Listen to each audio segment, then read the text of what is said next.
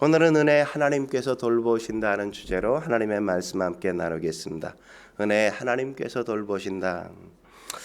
우리가 잘 알고 한때 유명했던 김남도 교수의 아프니까 청춘이다는 책, 여러분 기억하십니까? 그 책에 보면 우리가 살아가는 데는 세 가지의 필수품이 필요하다 이런 얘기를 했죠. 첫째는 시계가 꼭 필요하다 이렇게 얘기했습니다. 시계가 뭘까요? 시계는 산업화의 근간이란 말이죠. 우리가 사람들이 함께 모여 공장을 운영하려면 뭐가 필요해요? 가장 필요한 게 사람들이 정시간에 함께 모이는 게 필요하단 말이죠. 정시간에. 시간을 지키지 않는 건 그래서 기본이 아니라는 거죠.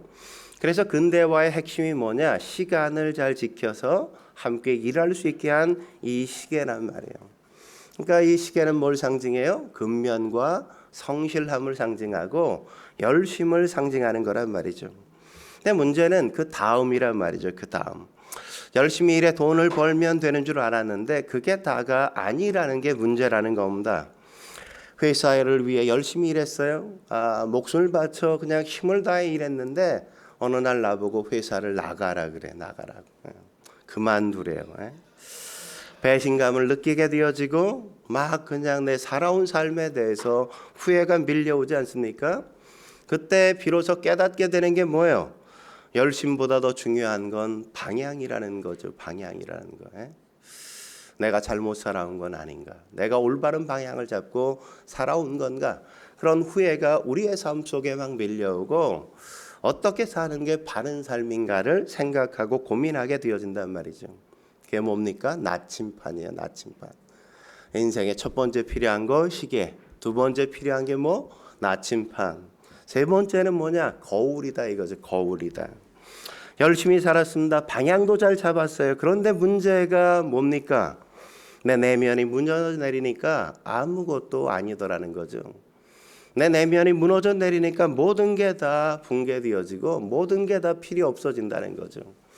우리가 살다 보면 요새처럼 멘탈이 붕괴되는 경우가 얼마나 많습니까? 사람들이 정신적인 질환들이 얼마나 많이 사람들을 괴롭히고 고통스럽게 만들어져요. 내 내면이 무너져 내리니까 모든 게 다 쓸데없는 게 되어지고 아무것도 소용이 없게 되어지더란 말이죠. 명문대 나와야 뭐 하겠어요? 좋은 학벌 가져야 뭐 하겠어요? 언어에 탁월한 재능을 가져야 뭐 하겠습니까? 좋은 대기업 들어갔는데 그게 무슨 소용이 있고 무슨 의미가 있어요? 내 내면이 무너져 내리니까 그 모든 것들이 아무짝에도 쓸모없게 되어지더라는 걸 비로소 깨닫게 되어지는 거죠. 거울은 내 내면을 바라보게 만드는 거예요. 나는 어떤 존재인가? 나는 괜찮은가? 그런 것들을 확인시켜주는 게 뭐예요? 거울이라는 거죠. 이 세 가지는 다 필요하지만 가장 중요한 게 뭐겠어요? 거울이란 말이죠. 나 괜찮아. 나 괜찮은가? 이걸 바라보는 거. 이 거울과 같이 우리의 내면을 보여주고 본질을 우리에게 보여주는 성경이 있다면 그 성경이 바로 복음서의 누가복음이라고 말할 수 있단 말이죠. 왜 그렇습니까? 누가복음이 강조하는 것 가운데 중요한 것 하나가 뭐냐면 성령을 강조하고 있기 때문에 그런 겁니다. 성령이라는 단어가 신약 성경에 몇 번 나오는지 아세요? 한 210번 정도 나오는데 그 가운데 3분의 1이 누가가 쓴 누가복음과 누가가 또 뭐 썼어요? 저를 실망시키시지 않고 모르고 계시군요. 사도행전을 썼단 말이에요. 이 두 군데 3분의 1이 성령이라는 단어가 이 두 복음서와 사도행전에 나온단 말이죠. 무슨 얘기예요? 성령이 우리의 내면과 신앙의 본질이라는 걸 명확하게 보여주고 있다는 거죠. 히브리서 11장 3절에 보면 이런 말씀이 있죠. 보이는 것은 나타난 것으로 말미암아 된 것이 아니니라. 눈에 보이는 게 다가 아니라는 거죠. 보여지는 현실이 전부가 아니라 사실이 있다는 겁니다. 사실이. 배우의 진짜가 있다는 거죠. 배우의 진짜가 누구예요? 성령님이시라는 거죠. 성령님. 그 성령의 역사를 볼 줄 아는 게 믿음의 눈이고 성령의 역사가 바로 뭐예요? 은혜라고 성경이 이야기하는 겁니다. 그래서 오늘 본문 25절에 뭐라고 이야기합니까? 25절 다시 한번 읽어보도록 하겠습니다. 시작.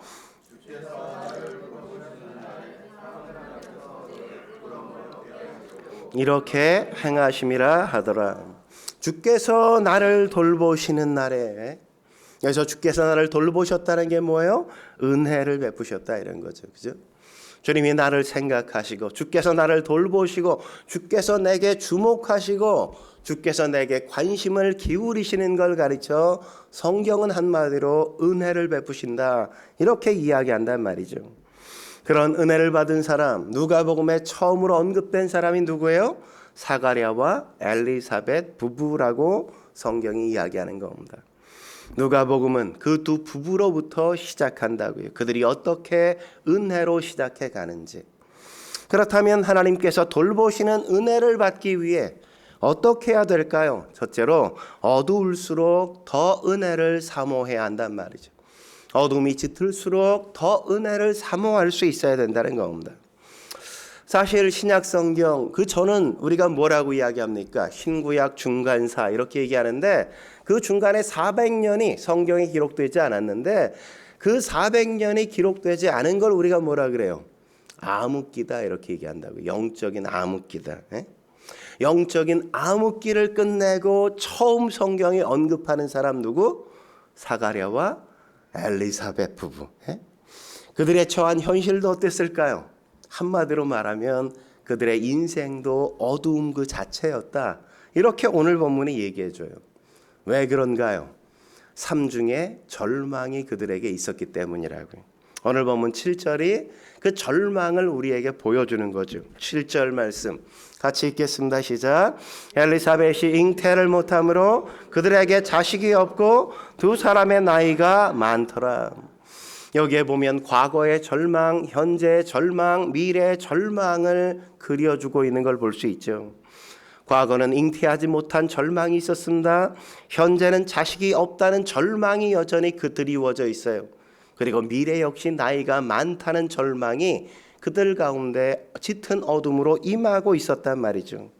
그러니까 과거에도 잉태하지 못해 절망했고 지금도 자식이 없어 절망 가운데 살고 있고 미래에도 나이가 많아 더 이상 아이를 낳을 소망이 없기 때문에 그들의 인생의 미래 역시 밝지 않고 검은 어둠의 먹구름이 가득히 차 있다는 거죠. 한마디로 말하면 어두운 현실이라는 것이고 불가능한 현실이라는 것 아니겠습니까? 그런데 그런 삶중의 절망 가운데 이런 어두운 현실 가운데 하나님의 은혜가 임하는 걸 우리가 볼 수 있죠. 11절에 뭐라고 이야기합니까? 11절 어떻게 시작하죠? 주의 사자가 그에게 나타나. 이게 희망 아니겠습니까? 이게 놀라운 은혜가 아니겠습니까? 어둠인데 어둠이 너무너무 짙었는데 마치 새벽녘처럼 어둠이 가장 짙었을 그때 어떤 일이 있었다고요? 그때 주의 사자가 그들에게 나타나셨다는 거죠. 그랬더니 어떤 역사가 있어요?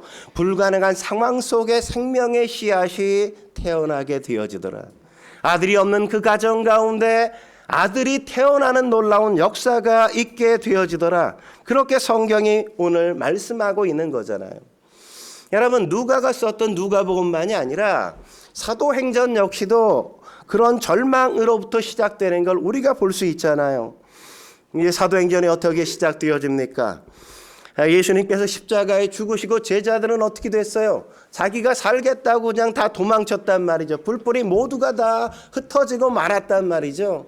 아무도 남지 못하고 그냥 다 도망가치고 다 사라지고 있었어요. 그런데 겨우 남은 사람들은 누굽니까? 오합지졸밖에 몇몇 남지 않고 모든 사람들이 다 사라지고 아무도 없게 되었단 말이죠.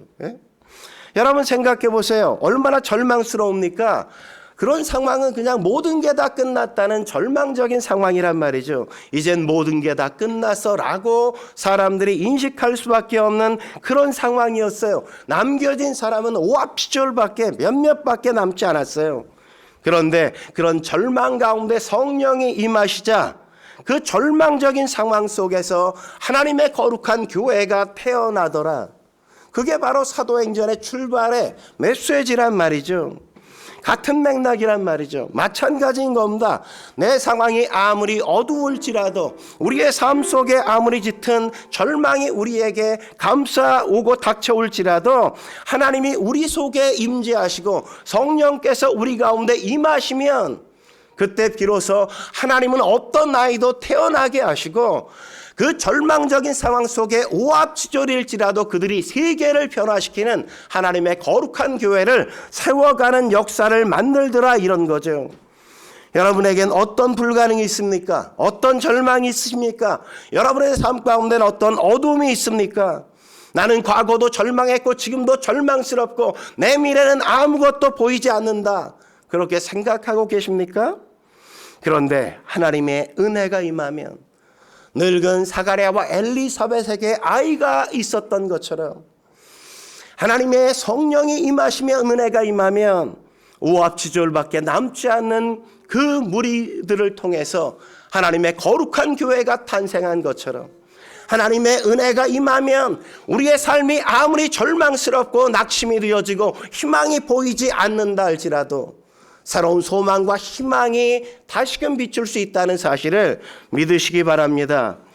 이건 일종의 우리가 한마디로 하면 공간에 임하시는 하나님의 은혜라고 말할 수 있겠죠. 침례요한은 아이기도 보이고 교회라는 것도 사람들로 보이는 거니까 공간 가운데 임재하시는 하나님의 은혜라고 말씀할 수 있겠죠. 그런데 하나님의 은혜는 이런 공간에만 임재하시는 게 아니라 시간에도 임재하신다고 오늘 본문에 말씀하죠. 8절 말씀 어떻게 시작합니까? 8절 같이 읽겠습니다. 시작.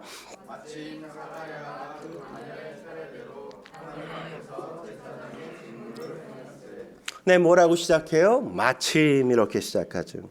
마침이라는 건 뭡니까? 우연이 아니다, 이런 거예요. 우연이 아니다. 하나님의 때에 하나님께서 시작하신다, 이런 의미가 여기 있는 거죠. 여러분, 헬라어에는 시간을 가르치는 단어가 두 단어잖아요. 하나는 크로노스, 일반적인 시간을 이야기할 때 크로노스라는 단어가 주로 쓰였어요. 그런데 하나님의 임재하시는 의미 있는 시간, 가치 있는 시간을 가르칠 때는 크로노스가 아니라 카이로스라는 단어를 사용했단 말이죠. 그러니까 여기서 마침이라는 단어는 그냥 우연히 그냥 일반적으로 흘러가던 시간인 크로노스가 아니라 하나님이 임재하셔서 간섭하시고 하나님이 손대셔서 역사를 창조하시는 시간, 카이로스라고 말씀하시는 거란 말이죠. 그래서 9절에 보면 제비를 뽑았다 이럴 때 이것도 제비는 뭡니까? 그냥 복굴복이잖아요, 그죠? 우리 제비 뽑아 그냥 공평하게, 그럼 뭐예요? 그냥 복굴복이다 이런 거잖아요, 그죠? 근데 구약 성경에 사람들을 임명할 때 어떻게 했어요? 제비 뽑았어요. 그건 아무나 해 이런 거예요? 아니에요. 세상은 아무나 하지만 성경이 말하는 제비를 뽑다는 건 그건 너희가 원해서 너희가 그 사람이라고 생각해서가 아니라 내가 지명하여 그를 세운다, 이런 의미가 거기 있는 거예요. 그러니까 하나님이 하나님의 타이밍에 하나님께서 세우시고 하나님께서 만들어 가신다, 그런 의미가 제비 뽑는다는 것 속에도 있는 거란 말이죠. 여러분, 우리의 인생도 마찬가지인 겁니다. 우리가 그냥 대충 그냥 내 멋대로 아무렇게나 되는 대로 뭐 주어지는 대로 내가 그냥 반응하며 살겠다 이런다면 우리의 삶의 순간순간은 그냥 크로노스라고요. 크로노스. 하나님께는 아무런 의미 없는, 하나님께는 기억되지 않는 그냥 크로노스의 시간이 그냥 나 혼자 그냥 이 땅에 흘러가는 거예요. 근데 하나님의 말씀을 듣고 그 말씀을 믿음으로 붙들고 그 말씀이 내 삶 속에 이루어지도록 그 말씀을 통해 나를 변화시켜 갈 때, 그 말씀에 내가 순종해 갈 때, 그 말씀을 내 몸에 배게 만들 때, 그때 비로소 그 시간은 크로노스가 아니라 카이로스가 되는 거란 말이죠. 카이로스. 하나님은 절망적인 공간도 구원해 주시고 불가능한 시간도 구원해 주신단 말이죠. 하나님의 은혜는 절망적인 공간에도 임하고 불가능한 시간에도 임재하신다는 겁니다. 절망적인 시간이라 그러면 나는 너무 늙었어, 나는 이제 다 끝났어, 나에겐 더 이상 할 수 있는 아무 여력도 없어, 이렇게 말할 때인 거죠. 누가 그렇게 얘기합니까? 하나님께서 손대시면 그건 놀랍게 변화가 될 수 있단 말이죠. 나이 늙었어도 그럼에도 불구하고 새로운 아이가 태어날 수 있고, 오합조절이라 세상에선 무시당하고 별 볼 일 없다고 얘기해도 그들을 통해 역사를 바꿔가는 교회를 하나님께서 세우신다는 겁니다. 공간도 마찬가지인 겁니다. 나는 가능성이 없어. 이 나이에 무슨 애를 낳아. 에휴, 오합지졸 가지고 뭘 할 수 있겠어. 이렇게 이야기한다 할지라도 하나님께서 임재하셔서 손을 대시면 거기에 놀라운 새로운 생명의 역사가 탄생하고 하나님의 거룩한 교회가 세워져 역사를 새롭게 창조할 수 있다는 겁니다. 그러므로 사랑하는 성도 여러분, 여러분의 삶 속에 짙은 어둠이 있습니까? 짙은 낙심이 여러분의 마음을 주장하고 있습니까? 여러분의 마음을 주장하는 게 절망이십니까? 그렇다면 그 시간은 우리가 은혜를 더 사모해야 될 시간이라는 걸 우리는 놓치지 말아야만 합니다. 한 걸음 더 나아가 하나님께서 돌보시는 은혜를 받기 위해 어떻게 해야 될까요? 하나님께서 돌보시는 은혜를 받기 위해 어떻게 해야 될까요? 두 번째, 받은 은혜를 쏟아버리지 말아야 한다고요. 받은 은혜를 쏟아버리면 안 된다는 겁니다. 은혜를 받는 것도 참 중요하지만 받은 은혜를 쏟아버리지 않고 잘 보존하는 것, 이게 굉장히 중요한 거란 말이죠. 받은 은혜를 쏟아버리는 방법 뭘까요? 어떻게 하면 받은 은혜 쏟아버려요? 은혜를 그냥 망각하면 쏟아버리는 거예요. 은혜를 잊어버리는 게 은혜를 쏟아버리는 거란 말이죠. 하나님께서 주신 거야. 하나님이 하셨어. 이런 걸 잊어버리면 그때부터 우리의 삶은 피폐해지기 시작한단 말이죠.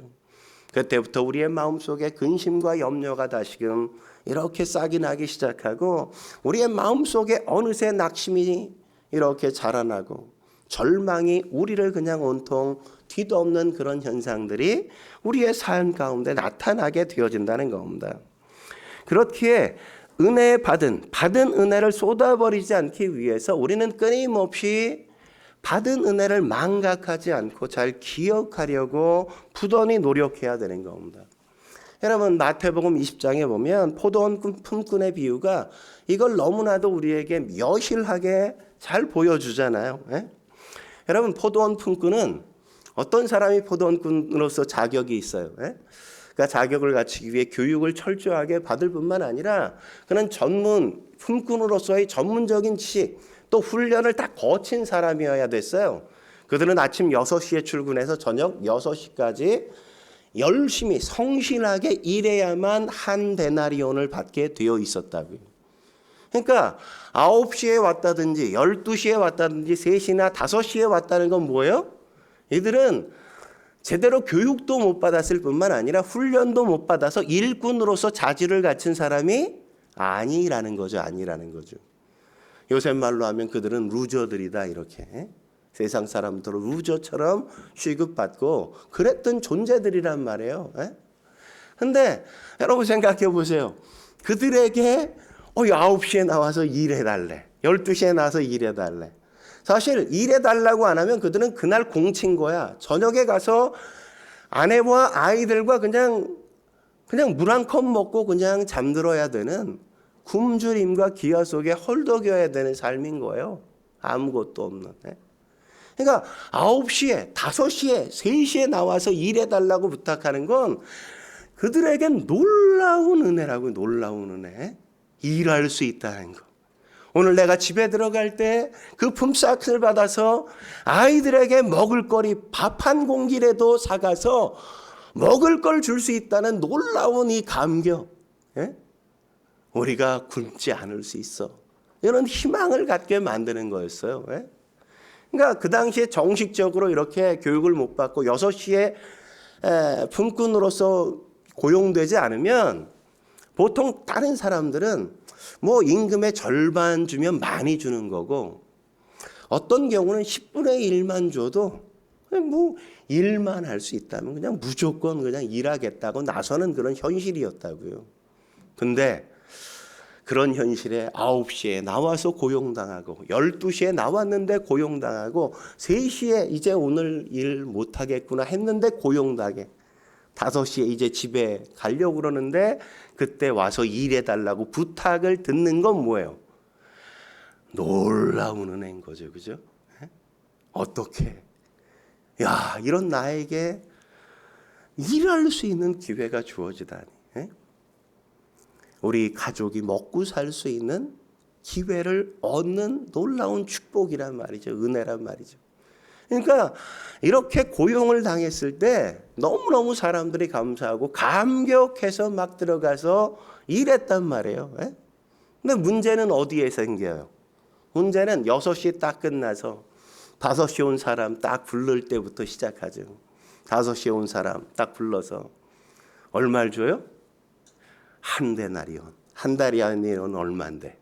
아침 6시부터 저녁 6시까지 정식으로 교육받고 전문가가 되어서 고용당한 사람들에게 주는 페이인데 그 돈을 밤 저녁 5시에 와서 1시간밖에 일하지 않은 사람한테 딱 줄 때부터 문제가 터져. 왜? 오후 3시에 온 사람 난 3시간이나 일했는데 제가 한 데나리온이면 나는 그러면 3데나리온? 이런 계산이 시작되는 거예요. 내가 이렇게 오늘 일한 게 은혜라는 사실, 이게 감사라는 사실, 오늘 저녁에 내가 빈손으로 들어가지 않고 먹을 걸 들고 들어갈 수 있다는 게 감격스러운 현실로 지금까지 다가왔는데 5시에 온 사람이 한 데나리온을 받는 그 순간 내 공로가 막, 내 노력이 막 나를 사로잡기 시작한단 말이죠. 근데 어떻게 주인이 품꾼들에게 줍니까? 모든 사람에게 똑같이 한 데나리온을 줬어요. 한 데나리온을 받았다는 건 뭐예요? 은혜잖아요. 아니 6시에 온 전문가도 한 데나리온을 받았는데 난 9시에 와서 3시간을 공쳤는데도 한 데나리온을 받았잖아. 그 은혜잖아요. 근데 이들은 어떻게 해요? 왜 난 한 데나리온밖에 안 주는 거야? 1시간 일한 사람이 한 데나리온 받았으면 나는 9시간 일했으니까 9데나리온 받아야지. 이러고 불평하고 원망하기 시작하더라 이거죠. 주인이 나에게 일을 줘서 너무너무 감사했는데 월급을 딱 받고 나서 주인을 대적하는 대적자로 그들이 바뀐 겁니다. 은혜를 망각하자 호의가 더 이상 호의로 여겨지지 않은 거란 말이죠. 여러분 우리도 마찬가지 아닙니까? 우리가 믿음을 가졌다고 하면서 하나님을 섬긴다고 하면서 내가 은혜로 구원받았다고 하면서 우리는 때때로 받은 은혜를 잊어버리고 얼마나 자주 하나님을 원망하고 하나님께 불평하고 그럴 때가 얼마나 많아요. 왜 자꾸 우리가 은혜를 잊어버리죠? 왜 은혜를 쏟고 내가 왜 자꾸 불평하고 원망하게 됩니까? 그 이유는 내 공로만 기억하고 있기 때문이죠.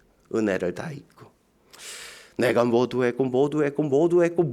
했는데 내가 쟤보다는 최소한 더 많이 했는데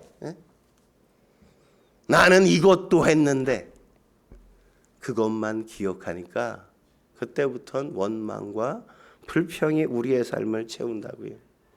공로만 기억하고 내가 한 일만 생각하고 하나님이 내게 베푸신 은혜를 다 까먹었기 때문에 그런 겁니다. 공로의식은 마귀가 주는 거란 말이죠. 내가 뭘 했는데 내가 이걸 했는데 이런 생각하면 그건 이제 끝난 거예요. 굉장히 위험한 거예요. 그럴 때 조심해야 돼요. 조심해야 돼요. 한경림 목사님이 설교할 때 즐겨 사용하던 예화 가운데 하나가 이솝우화에 나오는 개구리 얘기래요. 개구리 얘기. 개구리 얘기 우리 잘 알지 않습니까? 개구리 무리가 있었어요. 개구리 무리 가운데 저처럼 머리가 아주 탁월히 똑똑해서 한 160 IQ가 돼서 아주 똑똑한 개구리 한 마리가 있었던 겁니다. 하늘에 날아가는 새를 보니까 아니 나도 저 새처럼 날고 싶다는 생각이 마음속에 막 들어요. 그래서 나 어떻게 하면 내가 저 새처럼 날 수 있을까? 막 고민하다가 아이디어 하나를 딱 떠올랐어요. 새를 잘 꼬시자. 먹을 걸 잔뜩 주고 그를 꼬시자. 얘기해서 너가 이 나뭇가지 이 끝을 네가 물고 내가 이쪽 끝을 물을 테니까 네가 내가 준 거 먹고 네가 그걸 물고 날라만 줘. 그럼 나도 창곡을 날 수 있지 않을까? 근데 정말 새가 그렇게 물어서 자기가 막 하늘을 나는 겁니다. 예? 인류 역사상, 아니 개구리 역사상 최초로 하늘을 난 개구리가 자신이 되었단 말이죠. 얼마나 마음이 뿌듯하고 얼마나 놀라워요. 예? 근데 밑에 있는 또 자매 개구리들이 그거 보고 처녀 개구리들이 오빠 최고, 와 오빠 멋있다. 야 개구리가 어떻게 하늘을 날라? 오빠가 유일하게 하늘을 나는 개구리야. 막 난리를 죽이니까 그 옆에 있었던 그냥 또 총각 개구리들이 나는 개구리가 너무너무 시기 나고 질투가 생긴 거야. 에휴 뭐 저 아이디어가 지 머리에서 나왔겠어? 제 머리에선 저런 아이디어 절대 나오지 않아. 그럴 리 없어. 그 얘기를 날아가면서 그 개구리 이빨을 물고 있던 개구리가 그 얘기를 들은 거예요. 화가 확 났어요. 아니야 내 아이디어거든. 소리치는 순간 떨어져 가지고 죽고 말았다는 거 아니에요? 네? 이 설교를 하시고 이 얘기를 하시면서 한경림 목사님이 하는 말이 뭐냐면 그놈의 아가리가 문제야. 그놈의 아가리가. 에? 그놈의 주둥이가 문제인 거야. 그놈의 주둥이가. 에? 그렇잖아요. 항상 우리가 입으로 그냥 다 털어서 은혜 다 까먹고 입으로 다 털어서 은혜가 아닌 게 되어버린다고. 내가 한 걸 어쩌면 그렇게 내가 했다고 자랑질을 하고. 응? 그럴 때가 얼마나 많습니까? 받은 은혜를 쏟아버리지 않고 보존하는 방법 뭘까요? 예수님께서 누가복음 17장 10절에 이렇게 말씀하시는 걸 우리가 볼 수 있잖아요. 누가복음 17장 10절 말씀 같이 한번 볼까요? 같이 읽겠습니다. 시작.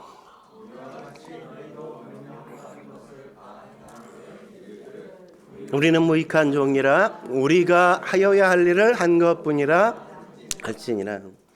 명령을 행한 걸 다 행했어요. 행하고 나서 뭐라고 그가 고백한다고요? 나는 무익한 종이라. 나는 단지 해야 될 걸 한 것뿐입니다. 아이 뭐 그런 거 가지고 얘기도 하지. 부끄러워요. 그런 얘기 하지 마세요. 이거라고요. 이거. 에? 이거 누가 했어? 내가 했지. 누가 했겠어? 이거 누가 했... 나밖에 할 사람이 어디 있어? 이게 아니라, 그저 누가 했나 봐요. 그렇게. 누가, 했다며. 그러면, 제가 뭐, 그냥 시간이 남아서 제가 했어요. 이렇게. 그냥 할 일을 한 것 뿐이에요. 그게 제일 안전하다고요. 그게 받은 은혜를 까먹지 않고 은혜를 보존하는 것. 저는 무익한 종입니다. 제가 마땅히 할 일을 한 것밖에 없습니다. 그게 중요하다고요. 은혜를 쏟는, 은혜를 잃게 되는 시점은 언제부터냐? 내가 자꾸 드러날 때, 내 공로를 드러내기 시작할 때. 그때부터 무너지는 겁니다. 예전에 장로님들 기도할 때 장로님들 대표 기도하면 늘 끝에 뭐라 그랬어요? 공로 없는 이 죄인이 예수님의 이름으로 기도드립니다. 공로 없는 죄인이 이렇게 얘기했다고. 그리고 뒤에 가서는 또 뭐 공로 자꾸 얘기하긴 했지만 기도할 때만이라도 공로 없는 죄인 이렇게. 그러니까 누가 하셨어요? 하나님이 하셨어요. 우리가 한 게 뭐가 있다고 그렇게 내가 했다 뭐 이렇게 얘기하겠습니까? 공로를 내세우는 순간 우리는 그냥 개구리처럼 될 수 있다는 거 놓치지 말아야 돼요. 우리가 살아가는 건 하나님의 은혜란 말이죠. 은혜. 마지막으로 하나님께서 돌보시는 은혜를 받기 위해 어떻게 해야 됩니까? 세 번째, 은혜를 더 풍성하게 만들어 가야 한단 말이죠. 은혜를 더 풍성하게 만들어갈 수 있어야 돼요. 은혜를 받는 것도 중요해요. 받은 은혜 까먹지 않는 것도 중요합니다. 근데 더 중요한 건 뭐예요? 이 은혜를 완성시켜가는 것, 더 풍성하게 만드는 거란 말이죠. 그러려면 오늘 본문에 두 가지를 우리가 경계해야 된다 이렇게 얘기해요. 하나는 뭘 경계해야 되냐? 의심하는 걸 경계해야 된다. 의심하는 거. 자꾸 의심을 사단은 마귀는 자꾸 우리 머릿속에 의심하게 만든다고요. 왜? 의심하면 그냥 은혜 다 까먹으니까. 의심하게 만들어. 오늘 사가랴에게도 그렇지 않습니까? 아들을 준다 그랬잖아요. 그러니까 사가랴가 뭐라고 반응해요? 오늘 12절에 이렇게 반응하잖아요. 뭐라고요? 사가랴가 보고 놀라며 무서워하더니. 사가랴가 놀랐고 무서워했단 말이죠.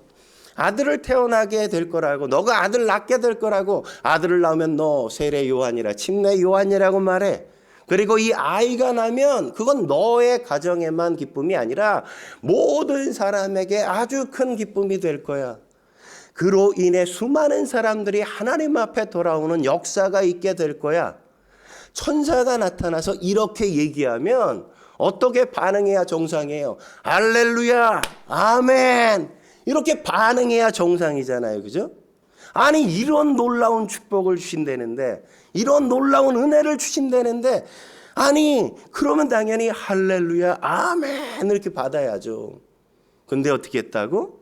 두려워하고 의심했다고. 여러분은 어떨 것 같아요? 이런 하나님의 은혜가 임하면 할렐루야, 아멘 뭐 이렇게 반응할 것 같습니까? 그렇게 잘 반응 못 하더라고요.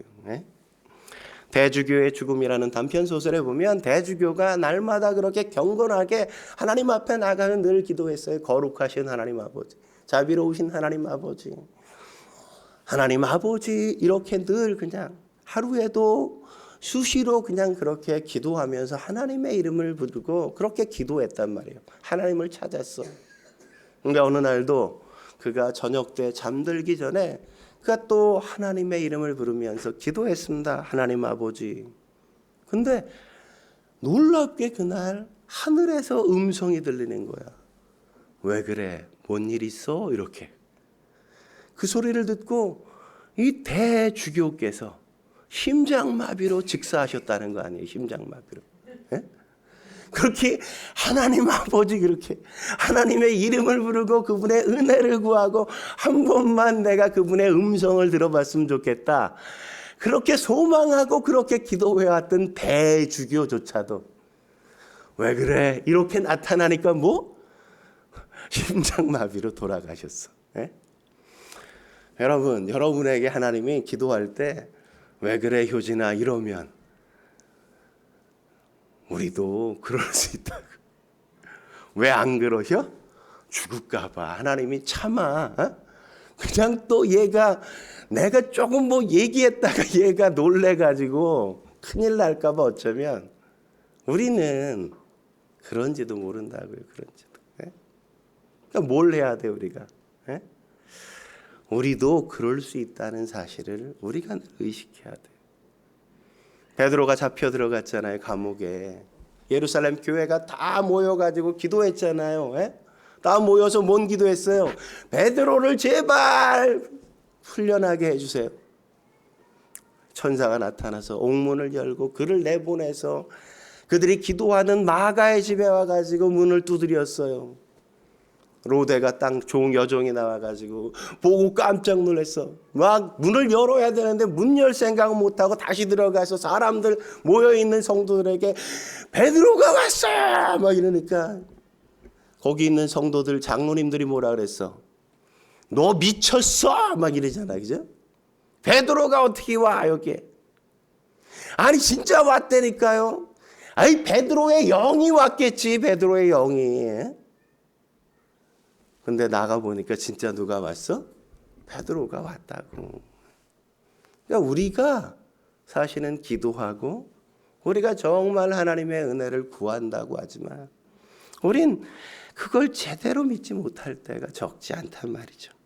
야고보서 1장 6절에 뭐라 그럽니까? 오직 믿음으로 구하고 조금 더 의심하지 말라. 의심하는 자를 뭐라고 묘사합니까? 마치 바람에 밀려 요동하는 바닷물결 같다 이렇게 말하잖아요. 어떤 사람은 은혜를 받았음에도 바닷물결 같이 이렇게 요동칠 때가 많다고요. 의심하고 자꾸. 우리가 그럴 때가 얼마나 많아요. 그래서 아무것도 안 되는 거라고요. 아무것도 안 돼요. 여러분, 우리가 은혜 받고 나면 두 가지가 같이 와요. 하나는 하나님의 말씀이 오고 또 하나는 의심이 온다고. 여러분, 이 두 가지가 같이 오면 우리가 뭘 붙들면 돼요? 하나님의 말씀 붙들면 되잖아. 에? 하나님의 말씀을 붙들면 내 말씀이 나의 중심을 꽉 잡아서 요동치지 않게 해주거든. 근데 그때 말씀을 붙잡지 않으면 어떤 일이 벌어져? 그러면 그냥 뭐 의심하게 되어지고 받은 은혜까지 다 까먹고 다 그냥 망가지게 되는 거잖아요. 여러분, 자고새 아시죠? 자고새가 어떤 겁니까? 남이 알을 자기 둥지에 갖다 싹 나누면 그게 자기 새끼인지 알고 품다가 그 새끼를 이렇게 부화하게 만드는 새가 자고새잖아요. 그죠? 저와 여러분이 이 자고새 같은 존재가 되어야 된다고. 예? 우리가 지난주에 신년 예배 드리고 약속의 말씀 딱 받았잖아요. 분명히 여기 있는 사람들 가운데 어떤 사람은 내가 이 말씀 받아 너무 좋다 이런 분 계실 때고, 왜 난 이런 말씀 주시나 아마 개인이 남이 받은 말씀을 되게 부러워하고 이런 사람이 있단 말이에요. 그죠? 분명히 있어. 내가 누구라고 얘기는 안 하겠지만 있을 거라고. 근데 그런 사람이 자고새 같아야 돼. 남이 받았어도 그 말씀을 내 말씀으로 마음에 품고, 그러면 그 말씀이 내 안에서 잉태하게 되는 거라고요. 잉태하게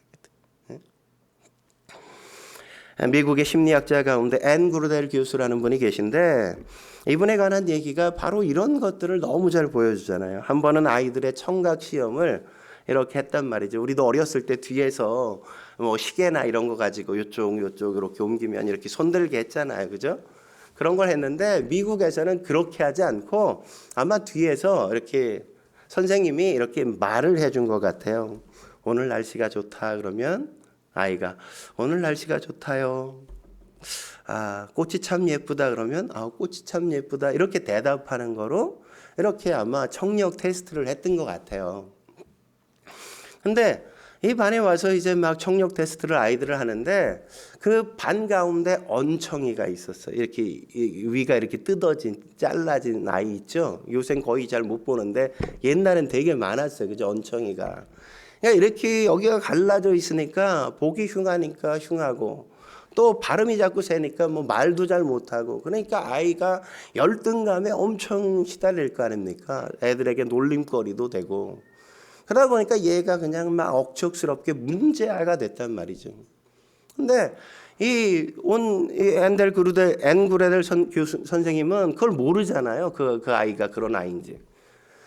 다른 아이들 막 하다가 청력 테스트를 하다가 오늘 날씨 좋다, 꽃이 참 예쁘네, 이런 것들은 너무 많이 했어. 이게 지겨워. 좀 딴 거 하고 싶었어. 그래서 이분이 아이가 딱 그 언청이 아이가 딱 앞에 앉았는데 아이에게 그런 겁니다. 나는 내가 내 딸이면 좋겠어. 그러니까 이 아이가 어떻게 대답해야 돼요? 나는 내가 내 딸이면 좋겠어. 이렇게 대답해야 되잖아요. 근데 이 아이가 그렇게 대답 안 하고 정말요 선생님 이런 거예요. 교실이 정막이 쫙 흘렀어 그 순간. 근데 선생님이 다시 한번 난 내가 내 딸이면 좋겠어. 근데 이 아이가 또 정말요 선생님. 근데 선생님이 그 다음에 정말이야 내가 내 딸이면 좋겠어. 그러니까 또 아이가 정말요 선생님. 그러니까 선생님이 그래 오늘부터 너 내 딸 하자. 그 언청이 아이를 이 선생님이 입양해서 딸로 키웠다는 거 아니에요 정말. 이 아이를 마음에 있는 상처도 다 치유되어지고 진짜 그분의 딸로 건강하게 자라는 거예요. 여러분 잘 보세요. 이건 시험하는 거잖아요. 청력 테스트. 그런데 선생님의 말을 자고새같이 마음에 품으니까 어떤 일이 있어? 그러니까 진짜 그가 그 말씀대로 되잖아요. 정말요 선생님. 그러니까 정말 그런 일이 있잖아요. 오늘도 하나님께서 우리에게 얼마나 많은 말씀을 하십니까? 우리가 어떻게 반응해야 돼요? 정말요 하나님. 정말요, 예수님. 예? 우리가 그래야지. 예? 우리가 그냥 다 까먹고 아무것도 기억 안 하고 그래서 되겠냐 이거죠. 예? 주님께서 내가 너 말씀하실 때 아니 도와주시겠다고요? 정말요, 예수님? 공급하시겠다고요? 정말요, 예수님? 승리하게 해주시겠다고요? 정말로 예수님? 나와 함께 하시겠다고요? 정말요, 예수님? 우리가 이렇게 반응할 수 있어야죠. 이렇게 반응을. 네? 그래야 내 안에서 그 은혜가 증폭되어지고 마침내 이루어지는 역사가 있게 되지 않겠습니까? 그래야 되는데 내게 주시는 말씀 다 내팽개치고 의심만 붙으니까 판판이 깨지고 은혜를 경험하지 못하게 되어지죠. 의심하니까 어떤 일이 있어요? 의심의 말을 그냥 막 쏟아붓는다고 막 쏟아붓어. 네? 그래서 하나님이 어떻게 하시는 거예요 오늘? 너 의심하지 말라고 하나님이 어떻게 하세요? 그 입 다물라 이렇게 만드시잖아. 20절 같이 읽어보겠습니다. 시작. 보라 이 일이 되는 날까지 내가 말 못하는 자가 되어 능히 말을 못하리니. 뭐 하는 겁니까? 의심하고 있다는 걸 하나님이 아셨어. 사가랴가 의심하고 있으니까 어떻게 하겠어? 분명히 그냥 이 사람 저 사람 찾아다니면서 에이 뭐 진짜 그런 일이 있겠어? 에이 하나님이 그냥 농담하셨나 보지? 뭐 이런 얘기 막 어디 가서 자꾸 쏟아붓고 다닐 줄 아니까 하나님이 어떻게? 그 입 다물라 이렇게 입을 말 못하게 입에 그냥 자크를 확 채워 놓으셨단 말이에요. 놓으셨어. 예? 은혜를 더 풍성하게 만드는 건 뭡니까? 침묵하는 거예요. 침묵하는 거. 하나님이 말씀하시면 최소한 내가 에이 설마 뭐 이런 마음과 말을 하지 않는 거라고요. 그래야 그 은혜가 우리 안에서 자라고 풍성해지죠. 두 번째 뭘 경계해야 되냐? 불신하는 걸 경계해야죠. 불신하는 거. 20절 다시 한번 읽어볼까요? 20절 여러분 읽겠습니다. 20절 시작.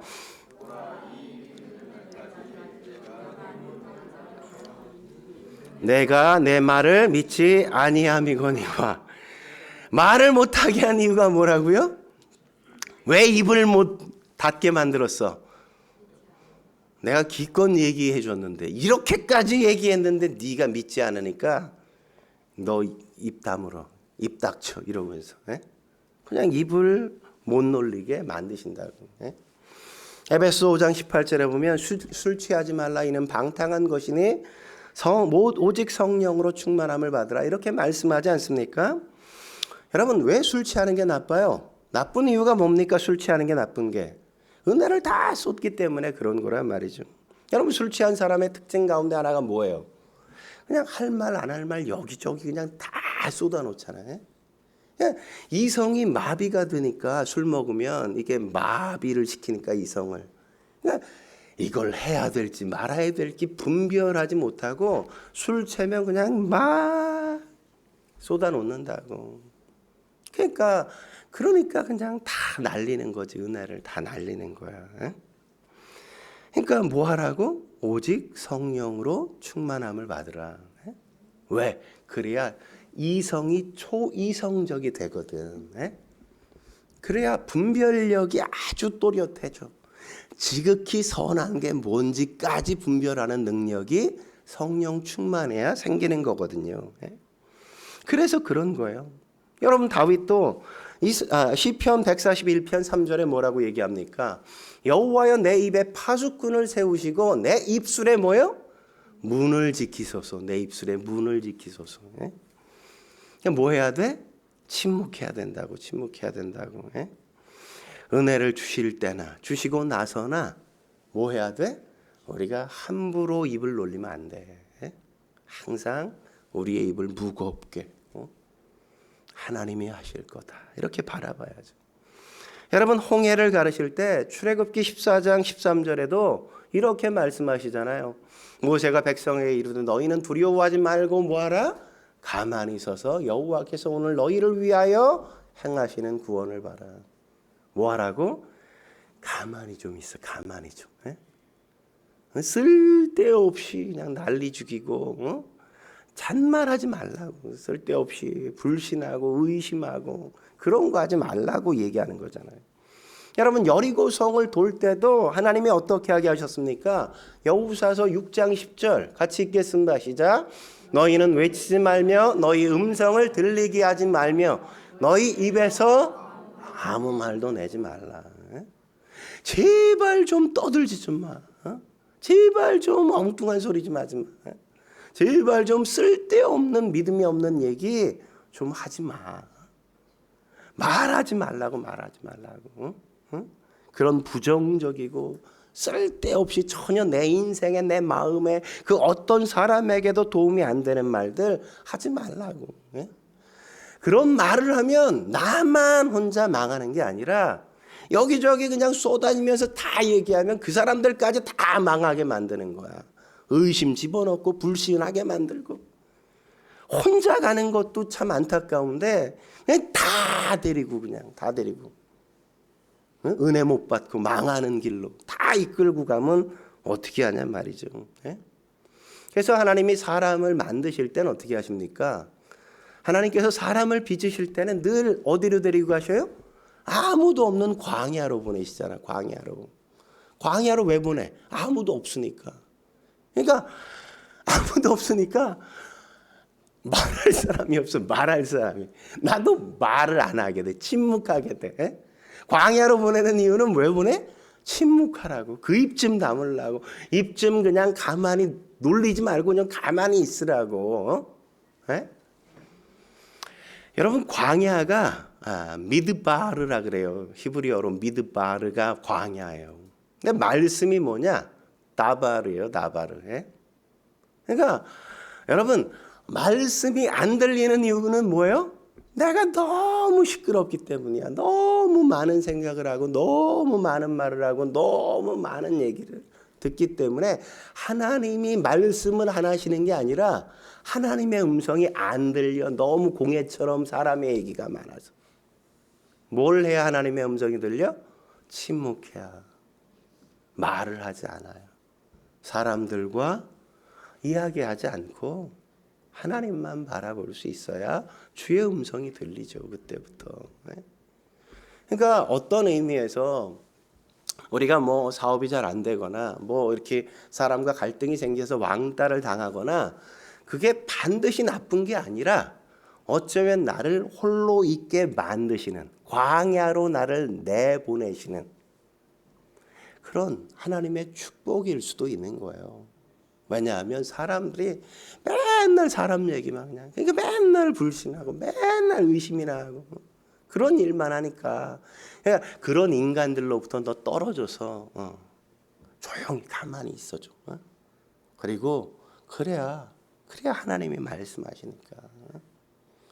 어떤 질병이 있어서 내가 중환자실에 들어가야만 우리가 사람 안 만나잖아요. 그죠? 근데 요새는 거기 들어가도 맨날 이거 붙잡고 맨날 있으니까 하나님의 음성이 들릴 일이 없다고. 그러니까 뭘 해야 돼? 다 내려놓고 광야로 가서 하나님의 음성을 들으려고 해야 된단 말이죠. 그래서 천주교인들은 어떻게 하냐? 1년에 뭐 한두 차례 일주일 정도를 수도원 같은 데 들어가요. 수도원은 침묵이야. 그래서 수도원에 들어가서 핸드폰 다 맡기고 뭐 잡지나 뭐 신문 하나도 안 보고 TV 하나도 안 보고 성경만 딱 한 권 들고 일주일 동안 혼자 지내는 거예요. 그리고 하루에 한 번 목회자를 만나서 상담하는 거예요. 그날 내가 읽었던 말씀, 그게 내게 어떻게 다가왔는지, 오늘 내게 어떤 생각이 들었는지 이런 걸 수사랑 이렇게 목회자랑 나누면서 하나님의 음성에 귀를 기울인다고. 일주일 동안 아무것도 안 해. 그냥 최소한 먹을 음식만 먹고 그냥 세상으로부터 나가는 거야. 우리에게 그런 게 필요한 겁니다. 그래야 은혜가 임하고 그래야 우리의 삶 속에 하나님의 역사가 있다고요. 우리가 올 한 해 문제를 문제로 만들지 말고 하나님의 말씀을 듣고 받은 은혜를 보존하고 그 은혜를 더 풍성하게 만들어가는 저와 여러분 되실 수 있길 주의 이름으로 축원합니다. 기도하시겠습니다. 거룩하신 하나님 아버지, 오늘도 주의 말씀 듣게 하시니 감사합니다. 하나님의 놀라우신 은혜 앞에 우리가 설 수 있게 해 주옵소서. 우리의 인생 속에 어둠이 짙은 것, 하나님의 은혜에 대한 갈망을 더 갖게 하시기 위함임을 우리가 깨닫게 해 주옵소서. 은혜 받았을 때 너무 그냥 오두방정 떨지 않게 하시고 받은 은혜 잘 간직할 수 있게 주여 도와 주옵소서. 그 은혜를 더 풍성히 만들기 위해 우리가 입을 닫고 하나님만 바라볼 수 있도록 주여 은혜를 더하여 주옵소서. 함께 하실 주님을 기대하며 예수님의 이름으로 감사하며 기도드립니다. 아멘.